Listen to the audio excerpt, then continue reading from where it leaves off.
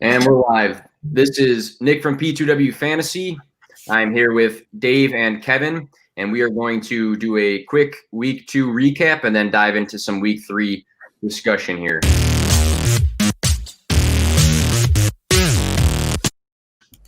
I got it right this time. I was the first time I had that video, I was like clicking on an image instead of the video, and it actually worked for the 7 seconds right there. But glad I got 2 great guests on the show today. Going to introduce both of them and make sure that they plug their stuff because they are 2 guys that I respect a lot and have very good content. So I'm appreciative of both of these guys being on the show today. So first guy I'll introduce is Kevin. He's at @theboys_22 on Twitter. He is the FF Champs contributor, director of Devi and scouting for hammercast.com as well. Always producing some solid content. I always share everything that he puts out. And we've linked up on a couple live shows here, so that's always fun. Kevin, what is up, man? Can you maybe just introduce yourself again and just let us know what's going on with you and what you got going on? Yeah, man. I appreciate you having me on. Hey, like you said, I pretty much write for Hammercast, and we do all kinds of different stuff. We run Devi leagues. We're doing different things for people to get involved in Devi. I'm also started doing a lot of dynasty writings for them. I just came out with a McCole Hardman piece last week, and I'm working on a Preston Williams one right now. And then I'm looking forward to the SEC playing football this Saturday. So besides that, I'm just, watching college and fantasy and watching my Cowboys come behind win. All you Falcons fans, I'm sorry for you. But watching that this first Saturday or Sunday. So thanks for having me on. Absolutely. The Cowboys have been fun to watch in these first 2 games, that's for sure, to say the least. But we have also on the show today, Dave Wright at FF_Spaceman. Writer for Dynasty Happy Hour, also writer for Dynasty Football Factory, co-host of A Tale of Two Rivals. And what I like that you do all the time is you just send out free data all the time. I like those tweets, and I tend to share those because we all love some free stuff to dive into. So, Dave, can you just introduce yourself and let us know some of the things that you got going on and you're working on? Yeah, I'm Dave Wright. Actually, Nick, you said it all just perfectly. So I'm actually going to do a quick pivot here and just say that, as many of you know who are listening, is that James the Brain Catullus, he passed away this week. So I want to take my time, instead of talking about myself, is just talk about James, what all the work he's done in the community, and also just say that John Hogue has a tweet out for his family, linked to his family's PayPal. Yeah. The fantasy football community has stepped up and been tremendous, blown away by all the support.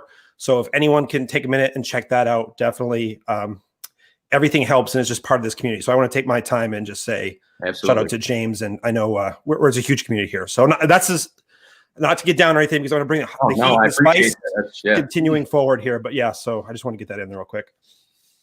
Do appreciate that. And it is a great community, and to lose somebody in it that has been great and linked up with a lot of you guys, it's very respectful of you to take the time to point that out for him. So anybody who listens to this podcast later that's not listening live, definitely check out that and look for that content and what they have pushed out for him.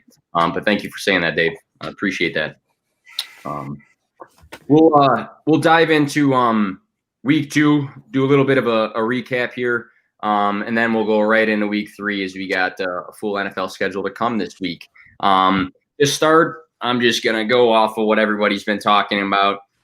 Just going to list off some names of some NFL injuries, and I'm probably going to miss some because there's been so many. I put out a tweet the other day and said every time the sleeper app notification went off, I was like cringing, waiting to see who was hurt because it was never going to be good news at the time. But here's some big names, not all offensive players, but Nick Bosa, Saquon Barkley, Christian McCaffrey, Drew Lock, Cortland Sutton, Jimmy Garoppolo, Devontae Adams, Raheem Mostert, Tyrod Taylor, Anthony Barr, Paris Campbell, Will Fuller, Rashad Perryman, and I'm probably missing some guys, but a huge blow for it only being 2 weeks of football. Any quick thoughts on all that? I'll just start and say that Cortland's, it stinks when you lose like a Christian McCaffrey for a while or Saquon Barkley being out is devastating to a team. However, a player that I was really looking forward to him to make a big jump this year, even though he was actually losing a little ground in the fantasy community, was Cortland Sutton.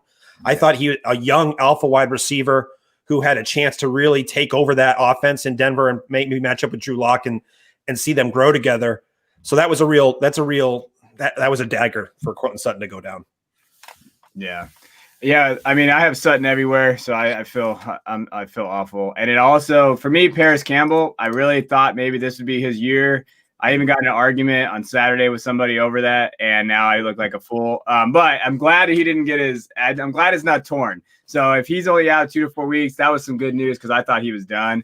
But I really still believe in Paris Campbell because I'm not a big believer in T.Y. Hilton, and I don't think he's the guy. So I was really hoping for it. He had a great first game, and then he came out. And those other guys, like he talked about, like, yeah, that sucks. But Paris Campbell's a sleeper guy that I thought could help me win some leagues and actually get in there. And now I don't have any of those guys, and so it was really disappointing. Last night I even posted, I was like, if Josh Jacobs was hurt, I quit. Like, I'm done with fantasy. I don't want to do it anymore. Like, when I saw him lip it off, because I have him now too, and it's just like, I just want to get through these games without injuries. It's really just disheartening.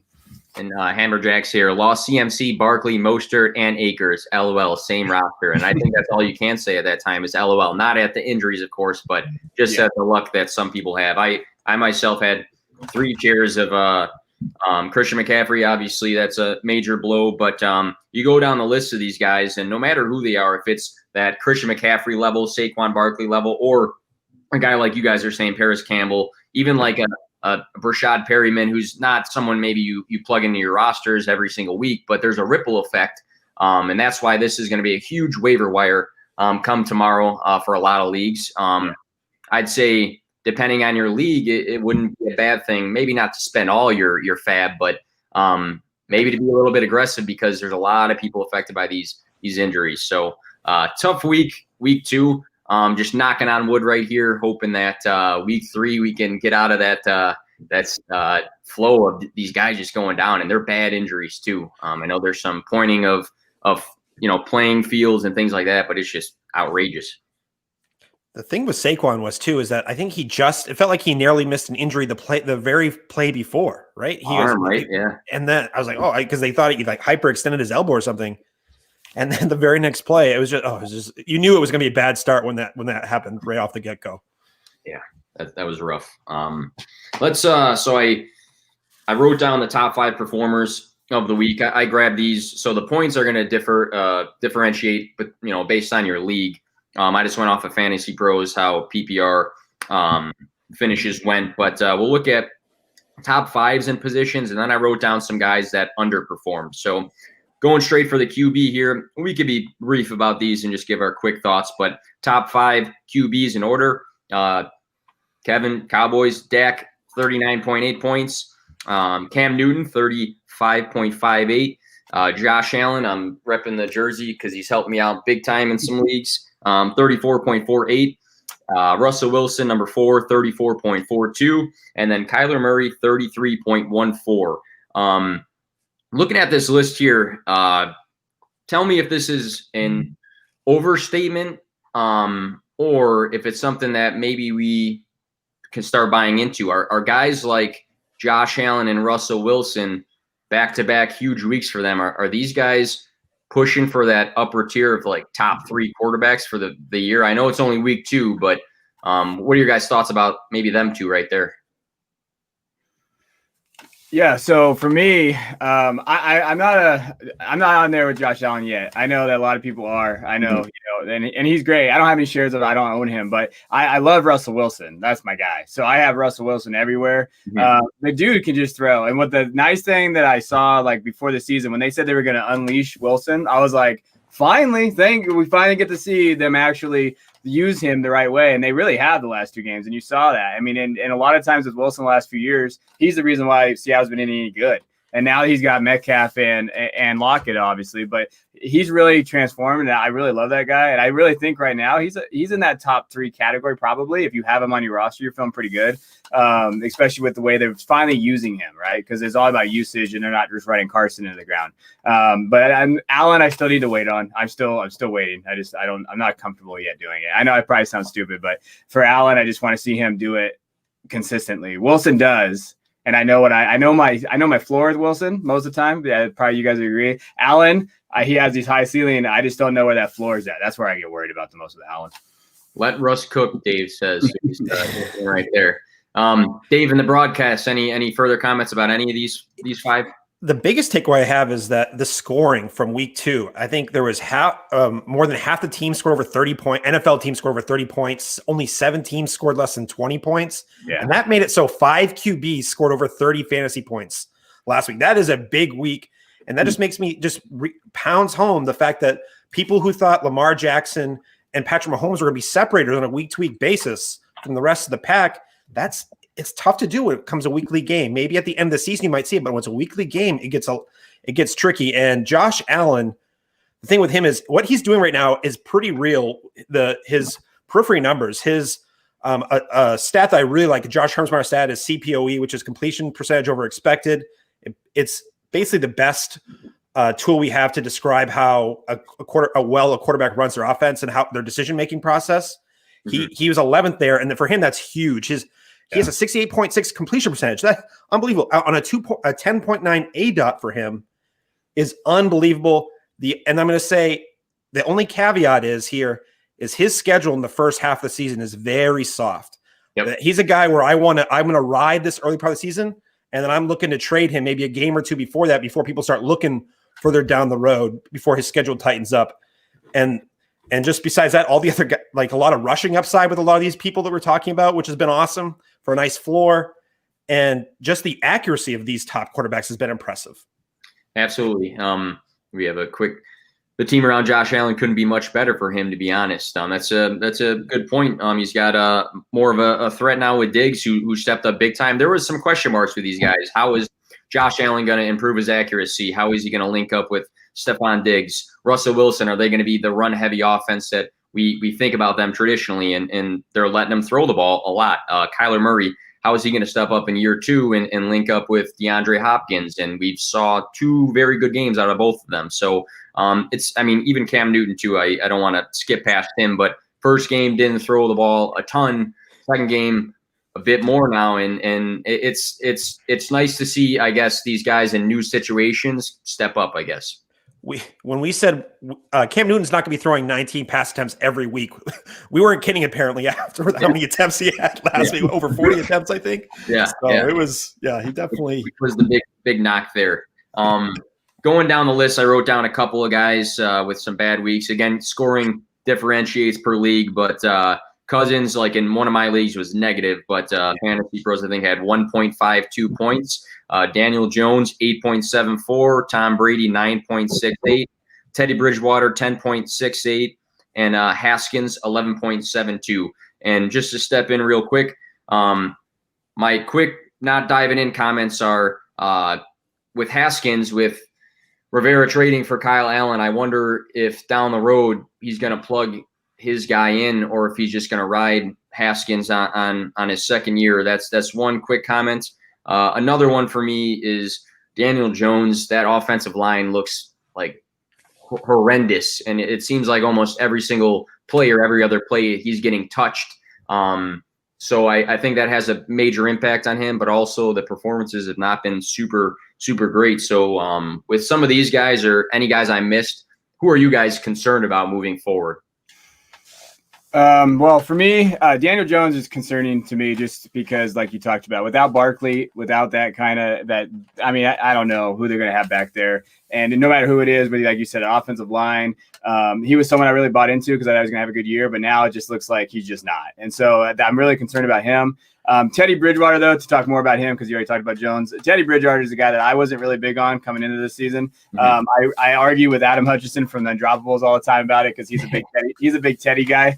And so we always talked about it. What I was worried about with Teddy is just I know that he had a small sample size last year and he looked really good. And when I went through DJ Moore in my Dynasty wide receiver article, I really looked at it and said maybe he could be the guy. Now they have a new offense. They have less time, less reps. That offense just doesn't seem to click.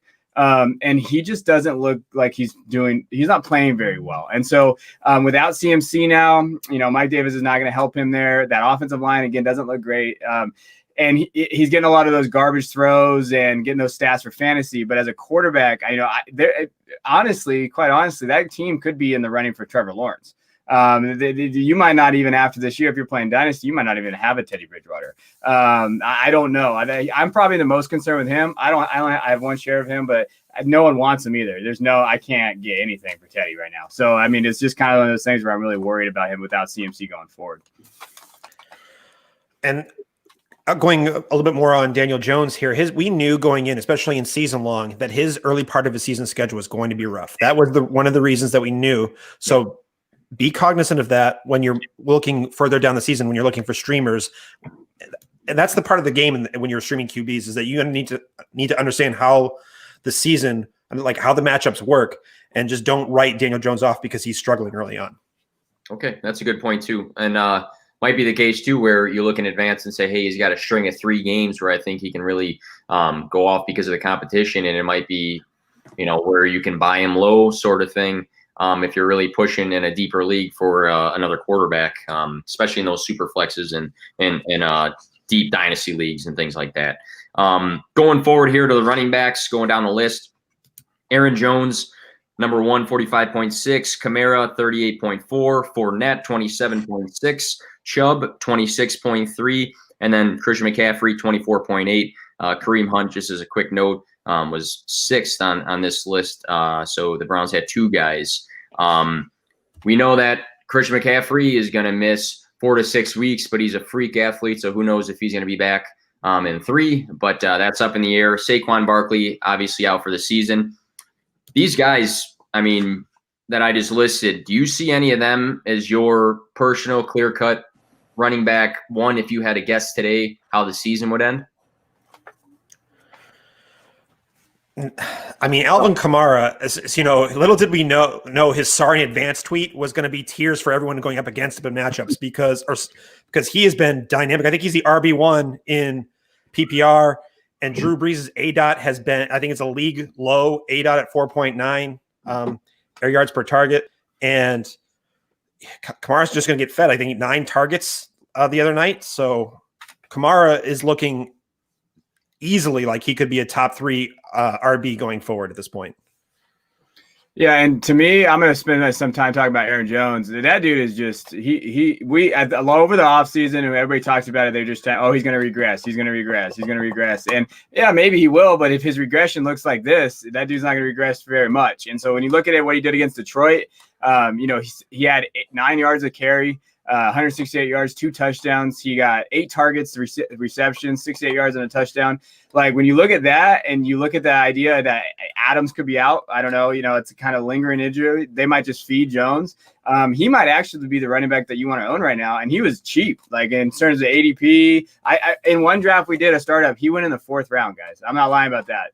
And so now, and that guy, you got a 4th round pick for Aaron Jones, and now he's loving life because he's now probably got either running back 1, 2, or 3 in there with that value, and he has Kamara. So now he has 2 guys like that. So I love the fact that Aaron Jones is doing what he's doing just because he got so much kind of, I don't want to say hate, but he got looked down upon, like, oh, that guy's not going to be able to do what he did, and he's doing it, he's producing.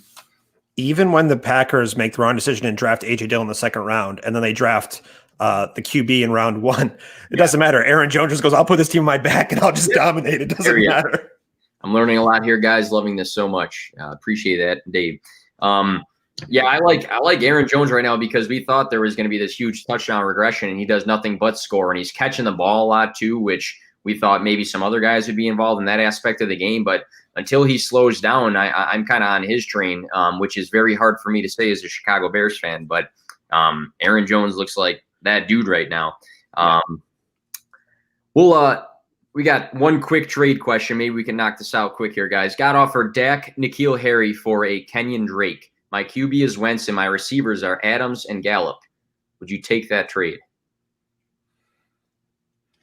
If that's single QB, probably not. I don't think I would do that. Yeah, I'm assuming we'll assume it's a standard league. I think I might shy away from that one too. I'm still fading Kenyon Drake at this point. So you would take it? No, I'm fading Kenyon Drake. Oh, okay, all right, okay. Oh wait, so he's getting Dak? He's getting Dak. Yeah, no, I'm taking that then. Yeah, I'm taking that. All right. So we got a little bit of split there for Andrew here. Well, I don't even like Drake, but I feel like running backs are too valuable to give up right now, especially in redraft. And I know Dak and Nikhil, but I don't know. I'm not a big Drake guy either, but after what we've seen, the carnage that we saw last week with the running backs, I just feel like that cliff of value. And we just talked about the quarterback thing. Like, I think maybe you could stream a quarterback and still get that production somewhere. That's just my No, that's fair. I think N'Keal Harry going forward, I think he's going to be a great his target share. He's like over 30% target share for the season. I think we're seeing all the hate that was going on him early on. I think that's still carrying over for some people because he didn't produce much week 1, but the numbers are there. And if Cam's throwing like this and playing like this this season, N'Keal Harry is going to be he's going to be a nice little value there. So that's a little piece of the puzzle there for me too. Keep in mind too, all these injuries. I mean, if you have the CMC or Saquon shareholder in your league and you have a Kenyon Drake and you're looking to move him, you might get a decent return for a guy who might be in a pinch right now. But yeah, a couple running backs that I wrote down, and there's plenty more, but I wrote these two down because they were like the two big waiver wire guys the week before. But Hines on the Colts, 1.4 points. Malcolm Brown, 4.7. He did break his pinky and have to have surgery, but I don't think he's going to be out too long with that. But them two guys were the waiver wire guys talked about in a lot of podcasts. Todd Gurley, 6.1 points. Eric Henry, 8.4. And then I wrote down both Zach Moss and Singletary were under 10 points. You guys obviously look at the numbers of tons of guys. Was there anybody else on your guys' mind, or were any of these guys big like red flags to you moving forward? Yeah, I'll say, I was going to talk about, he's going to be my sit later on here, but Todd Gurley definitely going forward is he's not getting any much work in the receiving game. Even though Atlanta's known for being fine with mediocre running backs because they had Devonta Freeman last year who played mediocre. So I'm not saying they're going to replace Todd Gurley or anything, but the way that offense, you think he'd get some touchdowns and he'll just fall into some points there. But like we said, there's a lot of waiver wire targets right now that I'm interested in, and I'd be thinking about I'm worried about Gurley and him just not being the 80% guy that we thought. The thing was, we thought with Gurley was he's going to be the 80% opportunity guy, getting 20 plus touches a game and some receiving work. I think it's been a red flag that he hasn't been doing that so far. Yeah, no, I agree with you there with Gurley. And also, I don't want to – I know this is the bad part. I still am buying Devin Singletary, and I'm probably going to fall. I'm going to die on this hill. But when you watch him, I watched him in college, maybe because I'm a Devy guy, and I watched him in FAU. He does things – he's better than Zach Moss. So I really firmly believe that, and I think he's actually shown that the last couple games that they need to get him involved more. He's just not getting the targets that he needs to do in the receiving game. And I understand that. If they would get him the ball, it's kind of like my guy Mixon. I feel like if they actually gave him the opportunities out there, he would be the best option for that team. So I'm still high on Devin Singletary. So I think that I'd be a little worried if I'm a Moss guy. I think Moss is going to be dependent on goal line touches. So I really think Moss is going to be that goal line touchdown guy for them. He's going to be that Gore role. I know everybody says that, but when I watched him in college, that's what he was at Utah. And when you look at him as Devin Singletary, Devin Singletary can do it all. I really think he can be a 3-down back in this league. I just hope they give him the opportunity. That's kind of where I'm at. So I'm not as worried about him as much.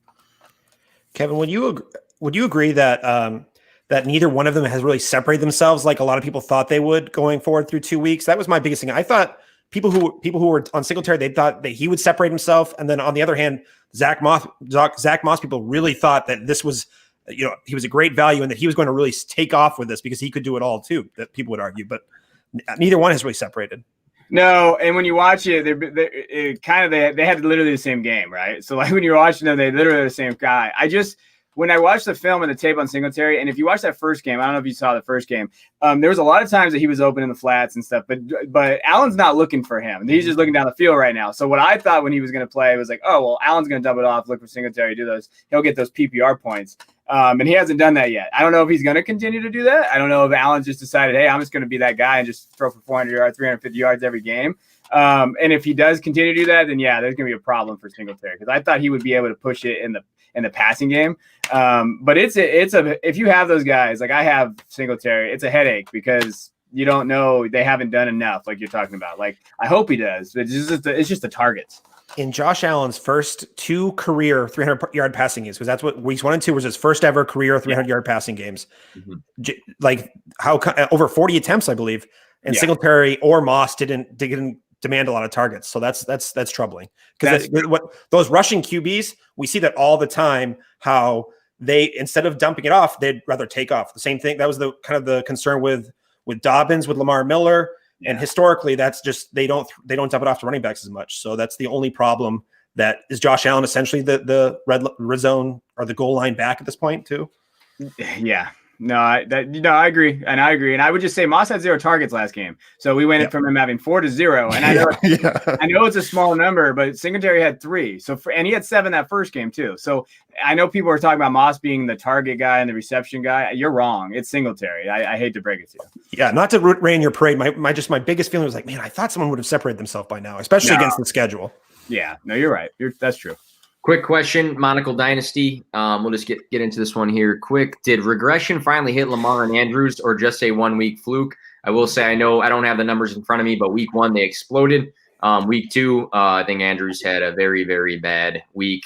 My quick opinion was had to do a little bit about the game script a little bit. I think that they were I don't think they were gung ho getting forward in that, and I think the approach was not as Baltimore attack as usually at a lot of points in that game. But any quick thoughts on that one, guys? This is John trolling me, because we've been going back and forth on Andrews. He's been saying that he's a regression candidate, and I last week went as far as saying that Andrews was now my dynasty tight end 1. So yeah, everything you said, that he went from a 70% to I think like a 50-something% snap share. That hurts. That hurts. Yeah. So John, thank you for rubbing that in, bud. No, they're fine. I'm not worried about them yet. It was a personal question. So it sounds like that. Wide receivers, Calvin Ridley, 29.9, number 1. Stephon Diggs, 29.3. Edelman, 25.9. McLaurin, 25.5. Mike Evans, 23.4. Looking at Ridley and Diggs, do we see this momentum that they both have right now? They're both top 4, I think, wide receivers in the league based off of 2 weeks. Obviously, we don't want to go crazy about our analysis. You know, it's a long season, but is this momentum continuing forward, guys, for these two? I think these are kind of their ceiling plays. I still worry about Ridley because of Julio. And Gage just kind of came on. I do kind of want to get like a little shout out to my teacher charity team I'm in. I drafted Diggs and I got a bunch of crap for that. And I would like, I'm 2-0. So all you guys out there that gave me crap for drafting Higgs, Scott, Simpson, all you guys, I just want to let you know. But I still believe in Diggs. I actually did believe in Diggs beforehand because I felt like he was going to a better quarterback. I'm not a Kirk Cousins guy at all. You can get that guy out of here as far as you throw him. I really did think Allen was going to be improvement for him. So I think they have a connection there. And I think Diggs can, if he can continue that role based on where you got him in your ADP, I'm comfortable with putting him in that top category as long as that offense keeps flowing. And that, like I said, that conference, I mean, who they're playing, they still play the Jets in Miami again. New England will be tough, but their schedule is not as tough as people think towards that last, for the first 8, like we were talking about, Dave was talking about earlier. So give me Diggs right now. I think I have more faith in Diggs than Ridley just because Julio's still on that field. So Julio's gonna get his. And Gage. Don't forget about our Russell Gage. Yeah, I got Gage too. I get it. This Calvin Ridley one hurts. I traded Christian Kirk and a second, or I traded him away for Christian Kirk in a second 2 days before Arizona trade for Nuck. So, and now I think Calvin Ridley's the wide receiver 1 right now in fantasy. So ultimately, so it hurts, and volume is going to set him free. And the way this defense is, he's going to get plenty of opportunity, even if I don't think he's going to be better than Julio rest of the season or anything like that.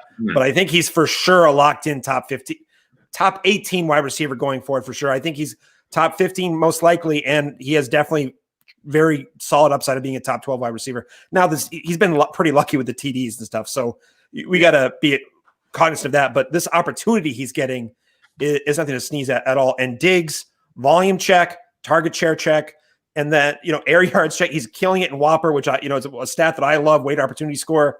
And the only question we had was, can Josh Allen get the ball in his vicinity? And Josh Allen's doing that. So we're seeing that Stephon Diggs at what he can do, and he's just another player. He's just this was a weak spot of mine. I should have thought of this. So good for Kevin for being on this. This was a hole in my analysis all season because I love Diggs and I just hated on Allen too much. So this was, I'm happy to see Stephon Diggs do well here. And I didn't like Allen very much. I just hated it. I liked him more than Cousins. So there wasn't a high bar there. Like it was like, oh, okay, I don't like Cousins that much. So he's got to go up, right? That's my analysis. Cousins, nah. Allen, okay, better. I think the underlining word that was said a few times is opportunity. And Ridley, 2 touchdowns in both games. Is he going to score 2 touchdowns every game?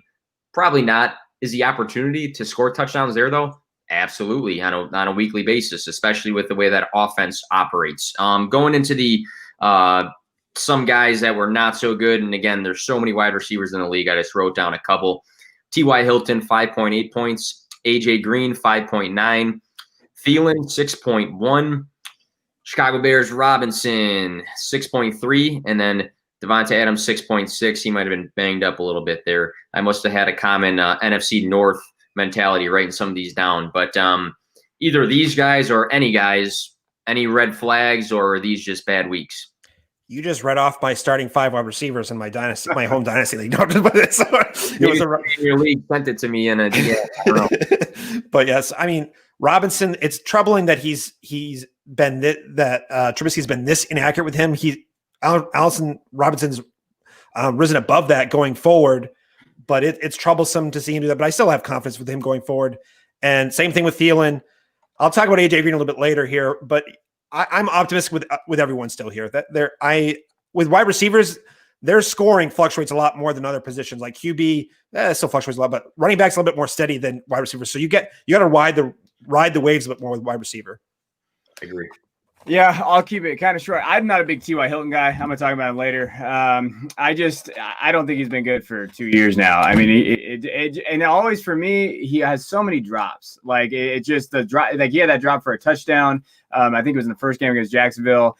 He has targets though, so he's getting targets out there, and especially with Campbell going down, I understand that, but I don't know. I just don't see it. I really am disappointed in him. I don't really have shares of him because I was worried about it anyway the last couple of years. But I know owners out there, they drafted him and they expected a bigger return. Because I mean, who else is Philip Rivers going to throw the ball to out there? But it definitely hasn't been Hilton, and they've tried. And so if I'm a Hilton owner, I'm a little concerned. That's kind of where I'm at with him. Okay. So just for the sake of time, I'm going to read off the top 5 tight ends. Then I'm going to read you guys some poorly or poor scoring ones from this past week. Just give me one good or bad point off of maybe what I read you, and then we'll just move on to the next topic here. But on the plus side of things, Tyler Higbee, he had a slow first week, I'm pretty sure. Number 1 this week, 28.4, those 3 touchdowns. Darren Waller had about 36 catches, I think, but 28.3 points for the week. Gesicki, 27. Jonnu Smith, 24.4. And then Travis Kelce, 24. On the flip side, some guys that were duds this week. Greg Olsen, he had a pretty decent first week, had 0 in week 2. Gronkowski, 0 again in week 2. Not again, but he had 0 in week 2. Irv Smith Jr., 1.3. Chris Herndon, 1.5. Mark Andrews, as we talked about before, 3.9. And then Austin Hooper, 4.2.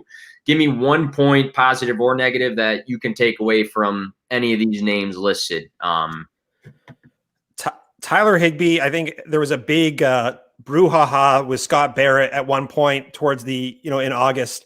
And Scott Barrett was talking about people who liked Everett had LDE, Little Dick Energy, and then BDE for people who want to go after Tyler Higbee. And I think we're seeing that right now. Walk tall, carry a big stick, swing for the fences, and that's what people are doing with Tyler Higbee. And I think he's smashing right now. So I just acquired him for for Hooper and James Robinson. I traded him away to get Higbee, and I was totally fine with that. So in a tight end premium league.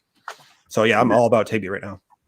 Yeah, my biggest takeaway was Darren Waller last night. I don't know if you guys watched him. He had a pretty good game. And 16 targets. I mean, that dude. I mean, Carr's not throwing to anybody but him, and that might be a problem in the long run. But I mean, 16 targets, 103 yards, and a lot of people thought he was going to be regressed as well. And they're like, "Oh, well, he can't do what he was doing last year," and all that. And from what I saw last night against New Orleans, who we don't really know who New Orleans is yet. So I always try to temper my expectations about what these teams are the first few games.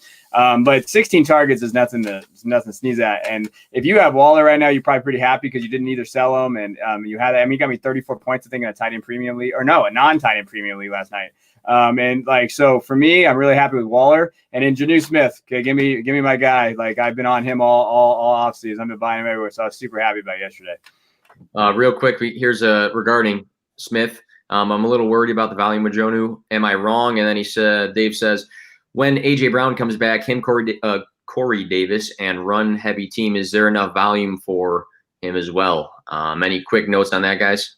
I actually had this written down in my notes that the problem with Jono Smith is volume. He scored some TDs early on, and that's made him viable. I think he's the tight end 3 or something like that. Yes. Right now, that the volume is going to be the problem with him, and I think he's going to have weeks where he has 40 yards, and that's going to kill you in tight ends. But then when he gets tight end or when he gets the touchdowns, that'll be good. So I would rank him consistently as a lower end tight end 1, just because of how game dependent he might be or volume dependent he's going to be. And that's fair. I just would say, like, he actually had more targets the first game. He had 7 targets, and I know they were, injured. Don't get out of here with Corey Davis. I don't care about Corey Davis. But AJ Brown and those guys coming back, I'm there. But hey, when I wrote my stuff about him, like, their offense, they told him they're going to get him in tight end screens. We saw that against Denver. He's an athletic dude that can just get out there and go. So if they get him in space, so there's always a possibility with him is breaking that big play, that long 63-yarder like he had, or the 20 to 40 yarders. So again, with tight ends, you're not necessarily, for me, when I look at that, I'm like, hey, can this guy break off a big one for me and have at least 5 to 7 targets a game? And I'd be okay with that as my tight end 1. And Kevin, just to clarify a little bit, I like Jono Smith. I'm not going to go out and acquire him just because of the volume concerns, but if you drafted him, you got to be extremely happy with what you've seen so far. Oh yeah, no, yeah, that's what I'm saying. Like, don't buy him now. Like, don't do that. Wait until he has that game where he has 1 catch, and then you go buy him later.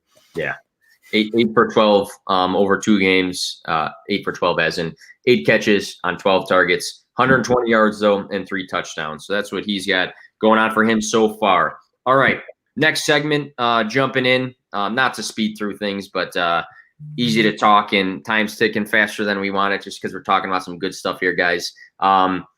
This segment, just calling it breakout or breaks. And by breaks, I mean pump the brakes. Let's not call it a breakout season just yet. So I'll read you some guys in groups here and their stat lines. And you can just comment, maybe you have more to say about one or the other, or if there's 3 guys more, about one of them. But just give me, for all the guys mentioned here, you think it could be a breakout, or you hit the brakes on them a little bit right now. Tons of guys we could have talked about. I just wrote down a chunk of guys. First one here, it's going to be 2 running backs I wrote down. James Robinson on the Jaguars, currently RB14. So far in the year, 32 carries for 164 yards, 1 touchdown, and 4 receptions. The other running back I wrote down was Joshua Kelly, RB23 right now, 35 carries on 124 yards, 1 touchdown, 2 receptions. So when it comes to these guys here, obviously we'll talk about them separately, but potential breakouts, or are we pumping the brakes a little bit? I'll say, just for James Robinson, I think I think he's breaking out. I think he's a locked-in RB2 rest of season. That schedule is pretty soft going forward for James Robinson. The only thing you have to really worry about is this fantasy playoff schedule where he has Baltimore and Chicago in week 15 and 16 in the fantasy playoffs. But besides that, he's got 1 or 2 tough matchups. And he's got, in college, he showed he had some receiving. He was adequately could handle the receiving workload in college. And he's getting a ton of work in Jacksonville, and they seem to love him. So, and then also with Joshua Kelly, I'm just going to leave it neutral or tap the brakes just a tad, just because it depends on how fast we're going on this breakout here. But he's splitting carries with Austin Eckler, which is awesome. He's getting goal line work, which is excellent. Yes, please. And he also had 27 receptions in at UCLA for 1 season, which is a great benchmark. And the best part about Joshua Kelly, which I don't feel the need to start him at all, but if Eckler in his increased workload gets injured, I'm really excited. That opportunity for Josh Kelly to explode in that case would be exciting. Yeah, for me, I think Kelly's on the verge of a breakout. Like, and it's only because of his landing spot, right? So it's only because he was not that great in college and is there, but he really complements Eckler very well. So they really have that kind of that thing we saw Justin Jackson was going to be. He really complements him well, and they're giving him the ball. I mean, he's got 35 attempts already, and so they're gonna feed him the ball. So I like him just based on where he's at. Not necessarily like if he was on, another team, I probably would say, temper your expectations there. But with their role and what they have in their system, I really like that. And James Robinson, yeah, I kind of agree with you. Like, hey, you know what? He came in, he's going to get volume. That's kind of where he's going to be at. And I'll take him as my running back too. That I had no problem doing that. Yeah, with James Robinson, we had all these questions. Who's going to be the guy once Fournette left? A lot of guys, even myself early on, thought Raquel Armstead is going to be the next guy in line, or people were picking up Ozigbo and Chris Thompson was going to come in, and we thought even if Fournette was there, was going to take up all of these receptions and be very fantasy relevant. But I like the volume that James Robinson is getting. He's pretty much a do-it-all back. They're feeding him nonstop, and even veterans like Chris Thompson, I think he snuck in a touchdown last week. But Robinson's getting that Fournette role, the do-it-all sort of role right now, and I like it. And I mean, it's going to be tough to buy him off of other people and trade for him right now. But if he's somebody you did grab, I think you're pretty happy right now. And then with Joshua Kelly, this past game, out-touched Eckler 25-20. Is that going to happen on a weekly basis? Probably not. But the fact that he's stepping in on his second week in the NFL as a rookie and he's getting that sort of volume, I think that speaks for what his potential could be moving forward. And with both of those guys, I think the last comment I have for them is dynasty-wise, big pickups because we play the waiver wire. We draft rookie drafts. I'm sure nobody took James Robinson. But, I mean, these are two long-term guys that look pretty for your rosters right now. Going ahead here to wide receivers. Again, could have wrote down about 50 guys. I picked some guys that have been hot so far on the year. Robbie Anderson, 15 catches for 18 targets over 2 games, 223 yards, 1 touchdown. I think he's wide receiver 5. Russell Gage, another guy we spoke of briefly before, 15 catches for 21 targets, 160 yards, 1 touchdown. And I have two more here.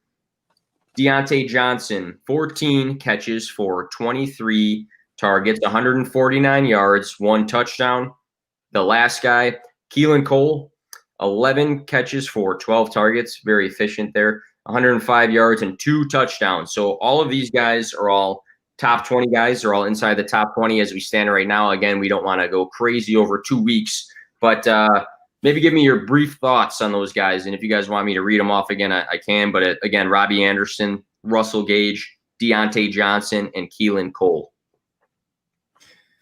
Yeah, so for me, give me Deontay Johnson all day. I really like him. 23 targets is nothing, to look at. I mean, with Big Ben there, with those guys in that offense, they're going to throw the ball. I have Connor, but I think the volume is going to be there for Deontay Johnson, and you cannot look past 23 targets. That's one of those things that you've seen the first 2 games that they're trying to get him the ball. Now, did he produce off those targets? Yeah, he did okay. Like, you'd like to see a little bit more production from that. But I think it's going to help if Juju's really healthy and he's actually going to be Juju that we know. That's only going to help Deontay. So give me Deontay. And then I've had Gage everywhere. I've had Gage for, I don't know, like for all this whole offseason, I've got him. I even traded Higbee for Gage in a first-round pick before the season started in a non-tight end premium league, so I was happy about that. And he's really shown and produced. Now, I'm going to temper my expectations with him just because I think it's going to be a volume issue for him with Julio and Calvin. But I am buying Deontay. I think that this is going to be a breakout year for him. And it is not out of the question for him to finish as wide receiver 1 of the Steelers. I really think that this could be his year. Yeah, Troy agrees with you. He likes Deontay as well.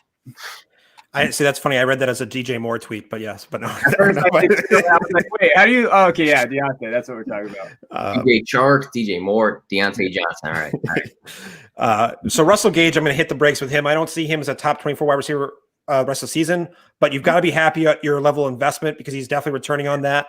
I think the way this offense, Atlanta offense, can support 3 viable fantasy options. Yeah. But the thing is, I think that third option is going to alternate between Hurst and Gage week to week. And I'm not even a big Hurst fan. So I just think it's tough to really go all in on him, but you love him for your bye weeks or as a flex, as an opportunity flex thing. Deontay Johnson, he's the real deal. I'm in denial. He's the primary wide receiver in Pittsburgh. The only thing that's helped me fall asleep at night is that Juju is technically ahead of him in fantasy points. Yeah. And I'm usually whimpering this into my pillow while I'm falling asleep at night. So in between sobs. So that's the only thing that's helped me sleep because I love Juju. But yeah, Deontay Johnson, he's the real deal. I'm hitting the brakes with Keelan Cole. I love Keelan Cole. He was a player. I loved him coming out. I had him everywhere in Dynasty. And I love that Minshew can actually scan the whole field and distribute the ball to multiple wide receivers because he's distributing the targets quite liberally in Jacksonville. I just don't see him out targeting Chark rest of the season. And Laviska Shenault is demonstrating that he's a bona fide NFL weapon. He scored 13.3 fantasy points less than expected. Over expected. He's outperformed what he's gotten for volume by a lot. One of the most in the league. So, and he's third among those 3 wide receivers in Jacksonville in air yards. So I think that's a little false, but you got to love him if he's a wide receiver 6 or wide receiver 5 on a roster. Yeah, absolutely. And I think it's just important. We can overreact on 2 weeks of football, but you gotta look for some common factors. You have to look for what sort of target share are these guys getting? Are they what sort of points are they scoring? There's a lot of things to factor in. So it's always one of those things you got to weigh it out, especially if you're looking to trade, make some moves in your league. So good points by you guys there. We're gonna jump ahead to week 3 now. Start sits. So I asked both of you guys to come with 1 start, 1 sit for QB, running back, wide receiver, and tight end. You guys can just duke it out. Who's going to go first? We'll go with QBs. Just go over both. Who's going to be your maybe start of the week or a guy you would look to start? And then on the flip side, who's somebody that you'd be listing as a sit? Kev, I'd love to hear yours first, man. I saw yours show notes. I'd love to see yours. So for me, it's I'm going to start every quarterback that plays the Jets. So Phillip Rivers, I feel like is going to be a good option this week. Allen threw for 312 yards and 2 touchdowns in the first game, and Jimmy G was on pace to throw really well. And then he got hurt. He was 14 for 16, 131 yards and 2 touchdowns. And again, I'm not a huge Phillip guy, but if you have him on your roster, you probably waited on QB, and then you have him as like your QB1, and hopefully you drafted well in that first part. And so Phillip, I think, is going to have a great game. I know sometimes with Phillip, it's scoring touchdowns he struggles with because I've had him on every fantasy team, I feel like, for the last 10 years. But, for him, I like that. The Jets are really struggling right now, as you saw. So give me that start for Phillip. My sit is Teddy Bridgewater, and he's got a tough game. He's playing I almost said the Chargers or the San Diego Chargers. The Los Angeles Chargers. No CMC, so he's got no Christian McCaffrey. In the first game, they held Burrow to 193 yards and an interception. And even last game against Patrick Mahomes, if you watch that game, Mahomes is struggling. And they're going to come after Bridgewater. That offensive line is not great. I'd be very hesitant to start Teddy Bridgewater, especially even after last game. He had 2 interceptions, no touchdowns. He did have 300 yards, but a lot of that was kind of garbage time throws. And I would stay away from Teddy if you have him on a roster, and I would start Phillip. Those are my 2 guys. If you had told me that Teddy Bridgewater would have this many passing yards through 2 weeks and he's not doing like that great, I wouldn't have believed you before the season, but it's funny. That's where we are right now. Yep. So yeah, interesting stuff. But so my start is Carson Wentz. Nothing about Carson Wentz's season has shown that he is due for a breakout this week whatsoever. However, he's at home against a bottom 10 Cincinnati defense that ranks bottom 10 in pass defensive DVOA and rush defense DVOA, according to footballoutsiders.com metrics. So that's a juicy matchup. And this offensive line performed better once Lane Johnson came back last week. And then you have Deshaun Jackson, Rager, Miles Sanders, Ertz, and Goddard. That's enough talent for Wentz to have a good week against a really porous Cincinnati team at home. And then my sit, this is tough for me to say. I struggled, actually. I was thinking about Deshaun Watson possibly here because I don't like that matchup at all. But ultimately, I always think that Deshaun Watson, I'm playing him. And then, I guess I'm going to sit Drew Brees, probably because what I said earlier. Oh man, he's at league. His depth of target, he's terrible. His completion percentage over expected is bottom 5, and it's an offense without Michael Thomas. And there's just I'm looking for other options to start over Brees. It's not that is he a must sit? No, but I'm looking hard for other options to start over him. And that's not in the past. It hasn't been a winning formula, but it hasn't looked good so far. I agree with that. And they showed that GIF, and people were making different pictures of Jameis on the sideline, like with the eyes looking over. Not that that's going to be a thing, but you kind of joke about it after some iffy performances. My start of the week, obviously, you're going to start Russell Wilson every week, but I'm saying it's the start of the week because I think he's going to smoke his projections versus the Cowboys. Kevin, unfortunately. No, I agree.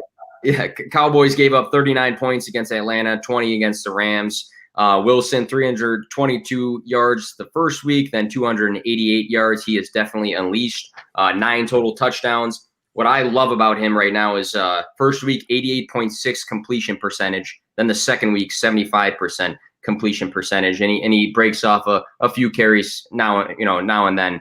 But I think it's more of those like, this is my start of the week because I think it's going to be a game that is going to be very exciting, and he's going to continue to do what he's been doing. It'd be very strange if he is finally airing it out and then he doesn't as much against the Cowboys. So I love that matchup, and I love Wilson going forward here. My sit, and I always throw some shade on him, but it's going to be Baker Mayfield versus Washington. Washington defense wasn't as great week 2 as they were week 1 when they beat up Wentz. They had 8 sacks that game, 2 interceptions. I have a feeling that it's going to be something similar where they're going to be getting to the quarterback a bit more. And Baker Mayfield, the first week, obviously, against Baltimore, had a rough go. I think he was under 10 points, 1 touchdown, 1 interception. But week 2, a lot of guys talked about how he stepped up. He was doing the play action. He looked a lot better in that game against the Bengals. Again, it's the Bengals. But at the end of the day, we're talking about fantasy. So if he looked better, that's great, but he's still not scoring well in fantasy. So in a game that he played a weaker team and he played better, he didn't score better that much. I mean, I wrote down 15.26, which is going to vary from league to league, 2 touchdowns, and he threw another pick. So he's got 2 picks in 2 games. Even a better Baker, I don't think, is a guy that you're going to be comfortable until you see better Baker that scores better fantasy points to a larger degree. So that's going to be my sit of the week. I'm struggling. I have Drew Brees in my main dynasty league. I have Drew Brees and Baker Mayfield as my QB2 options, and I keep flip-flopping who I'm going to do, Drew Brees or Baker Mayfield. Yeah, could be a rough go, but we're hoping Drew Brees, I think, has a little bit more of a bounce back. Looks like him and Traquan Smith got a little bit of a connection. I don't know about it. Great call. We'll go to the running backs here. Start and sit. My start of the week. Jonathan Taylor versus the New York Jets. This is an easy one. We saw Raheem Mostert, even though he got hurt. He was my start of the week last week. You're going to start the running back against the Jets. They tend to allow big plays for running backs. 26 carries for 101 yards, 1 touchdown, 2 catches so far for Taylor. I think that was last week. I just see the momentum moving forward. We saw it. We thought Hines was going to cut in a lot more to the role, and he did. And I don't know if you can write off that Hines is always going to disappear the way he did. He had 8 catches the 1 week, and then he kind of disappeared. But I think Taylor's got the keys right now, and he's playing the Jets. So you start Taylor with comfort, and he could be a guy that finishes the week as the best running back or top 3 guy, even though I wasn't a massive Jonathan Taylor guy coming in. But huge start for him. The sit for me, David Johnson versus the Steelers. Melvin Gordon had pretty decent game against the Steelers, but he had 70 plus, I think, yards in that game, had a receiving touchdown. Saquon got completely beat up against the Steelers, 6 yards total. His points came from catches. So the common thing I see between the two against the Steelers is if the running back's not catching the ball, they're not doing too great. And Melvin Gordon did catch the ball. But with David Johnson, week 1, 3 catches. In week 2, 2 receptions, even though Duke Johnson's gone. So if Deshaun Watson's not throwing the ball to David Johnson too much, I don't see him having a great game strictly on the ground versus the Steelers. Maybe if he sneaks into the end zone, but he's a guy that I did pick up in maybe 2 leagues with some optimism, but I'm not too optimistic about this matchup. All right, so I'll start with my sit first because you stole mine. It's cool though. David Johnson for sure. Okay, if you have David Johnson, Pitt's ranked number 3 in DVOA right now on Football Outsiders, like you talked about with Barkley and those other areas. So for me, I'm not doing that. And again, I'm starting Eckler. So if I'm going the other way, I want to start Eckler. Carolina's ranked number 23 right now in DVOA on Football Outsiders. Jacobs, if you saw Josh Jacobs that first game, he had 25 carries, 93 yards, and 3 touchdowns. But he had 4 receptions for 46 yards. And really, for me in this game, I feel like Eckler's, that's where he's going to do his damage. He's going to do it in the receiving game. He's going to have I guarantee a hot take, I guess. I think he's going to have like 8 receptions, 8 to 10. I think they're going to get him the ball. And Eckler owners are really going to like the fact that, they have him and they draft him where they draft him at. I mean, even Fournette had 12 carries, 103 yards against that D. So for me, I think Eckler's one of the best players you can have at running back this week if you have him. And I'm really expecting him to break out. And that's kind of where my starting sits are. And I hope so, Kevin, because you know how high I was on Eckler, and he's not looking like the overall RB2 right now that I said he was going to be. But I'm hoping you're right. He's got a nice matchup so that's a nice matchup for him. So I think you're right there too. My start is Miles Sanders. Copy paste everything I said about Cincinnati and what I said about Carson Wentz. Miles Sanders is I think he's set to smash this week. He's just a complete I think he's a 3 down. He can do it all. He did fumble that last week, but when they use him in the red zone, I just really like where Miles Sanders is going. And then my sit is Todd Gurley, like I mentioned. He's 11th in RB opportunity, but he's also scored the underperformed that opportunity by 9.2 fantasy points, which is pretty abysmal. And I know Chicago's just a middle of the road against the run, but it's just. I mentioned all earlier with Todd Gurley. He's just not exciting enough for me. I'd be willing to think about some of the Darrell Henderson. If I could get him off the waiver wire, I'd probably plug and play him over Todd Gurley this week. If I felt comfortable in other spots in my lineup. Which is something, a few years back you thought you'd never say about Gurley. But when he's scoring the way he is, I mean, he needs to either find the end zone or he's going to be a tough start every week for fantasy players. Wide receivers, again, went with an obvious one, but the reason I picked some of these obvious players is because I think that they're going to smash their projections. So we talked about Stephon Diggs a lot. Won't go too into it. But let's say he's projected 15 in your league. I think he's going to potentially get close to doubling up on this matchup here against the Rams, just because the Rams, Jared Goff is going to throw the ball, or he should, a lot against the Bills. We'll see how successful he'll be. But 8 receptions both games. He had 9 targets and then 13 targets. I think the Rams playing them, that it's going to be a pass heavy game, I would think. And I think Diggs is just going to smoke his projections again. It's just because of the game script that's presented to them. The sit, Michael Gallup, I'm sitting against the Seahawks. I think he's an outstanding player. He just has not been good across 2 weeks. And I think one of the biggest red flags for me is seeing that the new tight end Schultz, I think he had it was 10 targets this past game. CeeDee Lamb stepping up and getting more of a target share here. Gallup, 3 receptions week 1, then 2 receptions, 5 targets in both. Has yet to clear 10 points. I think you have to, you're not going to sell him for the low. You're not going to obviously drop Michael Gallup. But I think you really got to see an upswing and maybe some target share to be comfortable starting him in your wide receiver spot. Maybe if you're in a deeper league and he's your flex, you can take the chance for a boom game. But I just can't be comfortable right now. Yeah, that hurts my soul about Gallup because I love Gallup. But yeah, so as a Cowboy fan, so my start, I know it's going to sound like a homer, CeeDee Lamb. But I do have facts, trust me. Okay, so biggest thing is I think that Seattle-Dallas game is going to just be a shootout. We don't have a good defense, guys. So if you have a wide receiver for Seattle, you just start him no matter what. And so I think it's going to be a shootout. I think it's going to be one of those games where, again, what the Cowboys have had this last game against the Falcons, I can see it kind of being the same way. CeeDee Lamb, he's got 15 targets. He's got 11 catches, 165 yards. You'd like to see him score.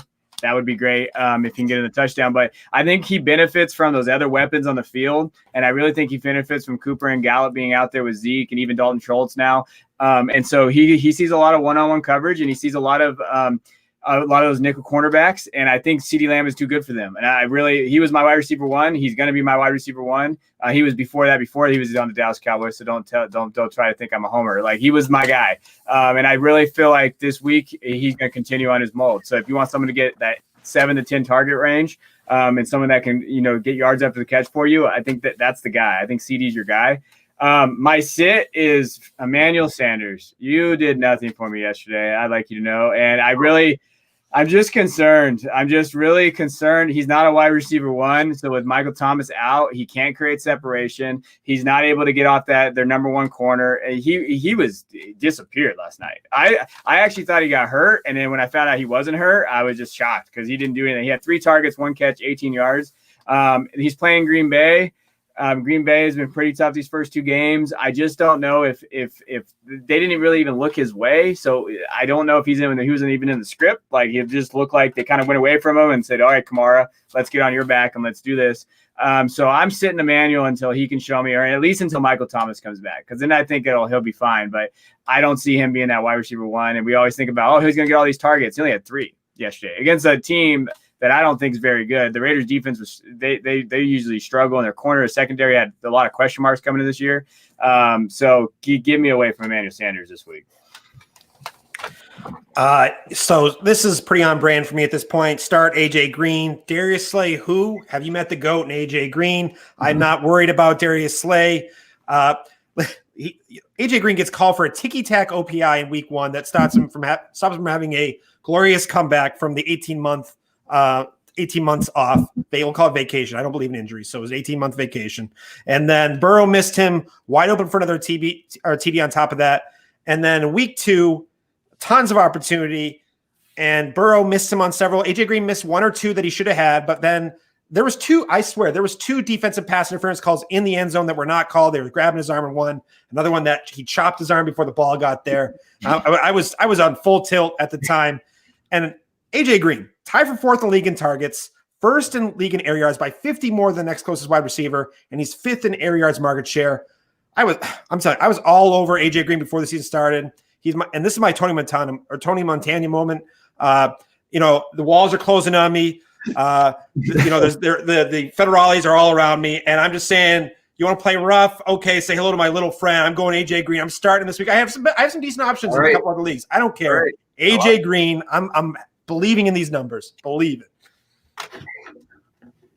Sorry, guys. I blacked out there. That reference, man. You got. I mean, I'm not a big AJ Green guy, but you put me against the wall for a second. Yeah, I like it. Who's your sit? Oh, sorry. Like I said, I blacked out. Look at that. You got so excited. Yeah.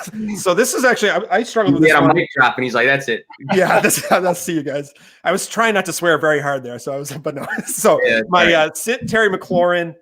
He's a wide receiver 13 through 2 weeks, which is pretty good. He had had a big week last week, but I'm worried about how Haskins going to do against this pass rush. I believe Cleveland has one of the best pass rushes so far. Denzel Ward is a legit talent at corner. I think he is a lockdown type corner, and I'm just not sure. I'm not sure I'm sitting him no matter what. I'm just trying to find other players that I can play who might have better matchups. So, especially in a two wide receiver type format, I'm definitely trying to find a different wide receiver. So, and I'm never just don't sit a player, especially a guy who has Terry McLaurin's talent. But I'm just trying to stay away from him in this kind of matchup. All right. Yeah. Good points all around right there, and some intense ones as well.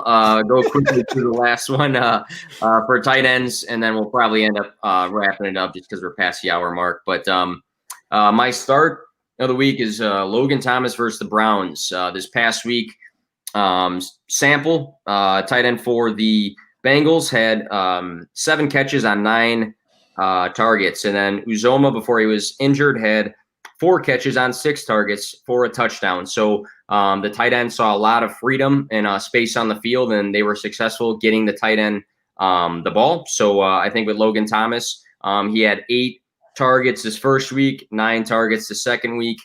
Haskins and him are not completely on the same page right now, which I think might be an issue. But at the same time, if the Bengals were successful against the Browns getting the tight end the ball, and often 9 targets and then 6 targets to the second one here. I think that gives Logan Thomas a good boost to have that week 1 performance that really raised some eyebrows from him.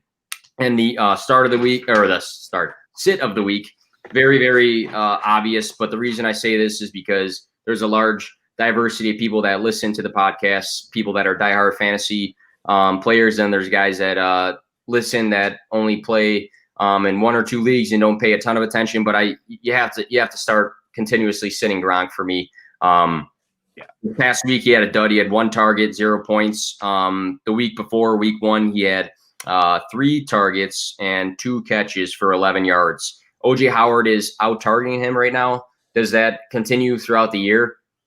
I don't know how it's going to continue. But you can't start him. And I know a lot of people actually paid a decent investment, especially because of name recognition for people, that loved Gronk in the past. And you have to get used now to just sitting him every week until you see some sort of a difference. So that's my sit. Pretty obvious, but again, for the people that are casual fantasy players. Yeah, no. If you drafted Gronk, you're struggling right now. You must hate it because you just went off the name.